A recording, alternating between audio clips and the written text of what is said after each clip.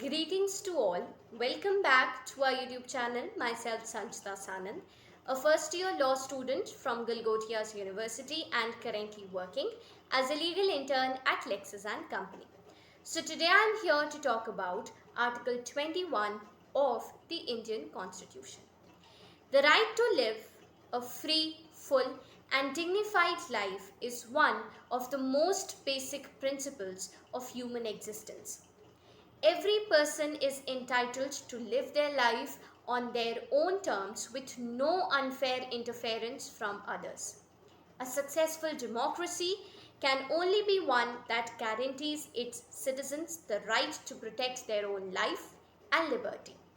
In India, the protection of life and personal liberty is a fundamental right granted to citizens under Part 3 of the Indian Constitution, 1950.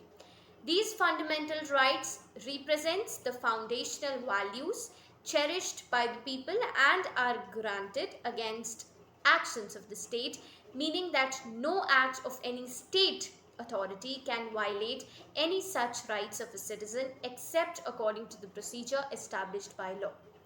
So, Article 21 of the Indian Constitution reads that no person shall be deprived of life or personal liberty except according to the provisions established by law. Thus, Article 21 secures two rights, right to life and right to personal liberty. The Government of India Act 1935 provided for the establishment of Article 21 of the Indian Constitution. It declares that no person shall be deprived of his life or personal liberty except according to the procedure established by law. Article 21 comes under Part 3 of the Indian Constitution and is one of the fundamental rights guaranteed to all the citizens of India.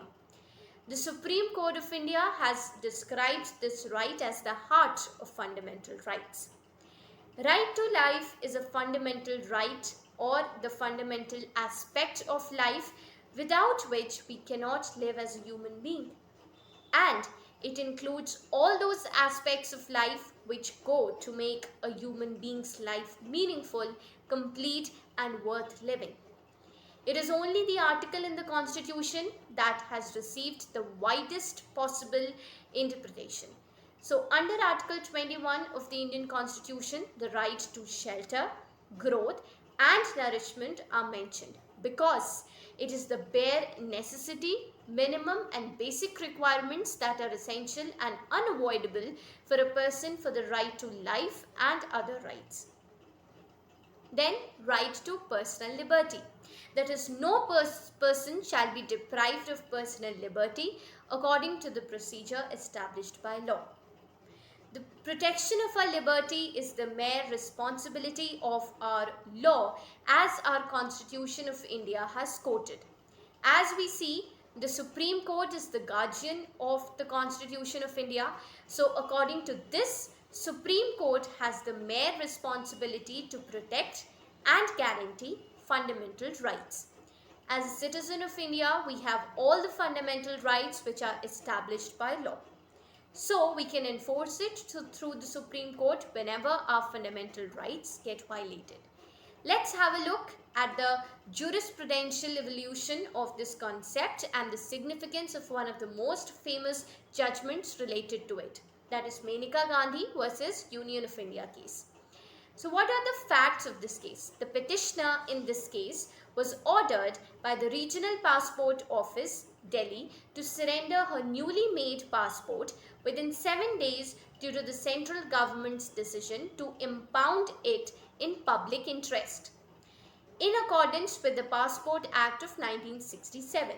So upon requesting a statement of the reasons for such impounding, the government replied that they could not furnish a copy of the same in the interest of the general public.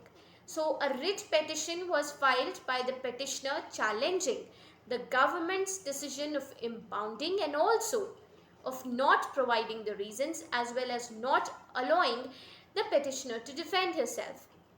So the judgment was that the Honorable Supreme Court held that the right to travel and go outside the country must be included in the right to personal liberty.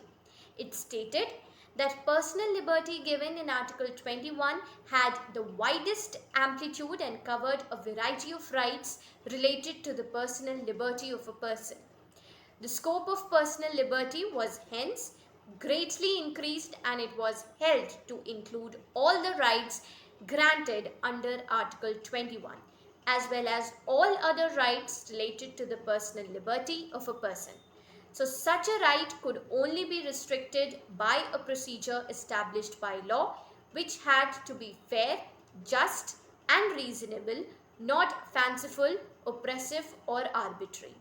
Hence, the court adjudged in the case that the government action was not justified, as there was no pressing reason for the impounding of the petitioner's passport, and it was a violation of her fundamental rights. Then second, the principles of natural justice were violated, as the petitioner was not given the opportunity even to be heard. So, since this landmark case, the courts have sought to give a wider meaning to personal liberty.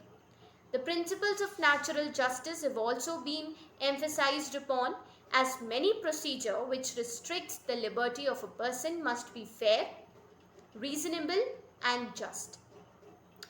The right to life and personal liberty has a wide ambit which is only growing over time. There has been increasing awareness about the various aspects of a person's life which he or she is entitled to control, and which would thus facilitate the enhancement in quality of his or her life.